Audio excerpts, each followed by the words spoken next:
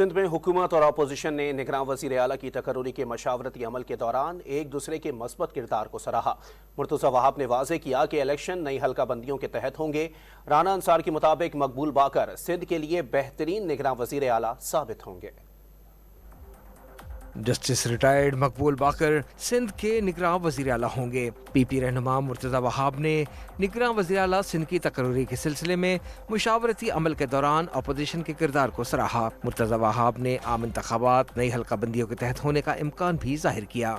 आइन बड़ा वाज़ेह अल्फाज में, कानून बड़ा वाज़ेह अल्फाज में आर्टिकल 51 में कहता है कि जो हल्का बंदियाँ होनी है वो कानून के मुताबिक इलेक्शन कमीशन ऑफ पाकिस्तान को जो आखिरी नोटिफाइड सेंसस के नताइज हैं उसके ऊपर करनी है। तो पिछले दिनों जो सेंसस के नताइज आए हैं उसको बरूए खातिर लाते हुए अब जो डिलिमिटेशन का सिलसिला है वो इलेक्शन कमीशन ऑफ पाकिस्तान सरअंजाम देगा। साबिक अपोजिशन लीडर राना अंसार ने तवक्को जाहिर की कि मकबूल बाकर सिंध के लिए बेहतरीन निगरान वज़ीर आला साबित होंगे।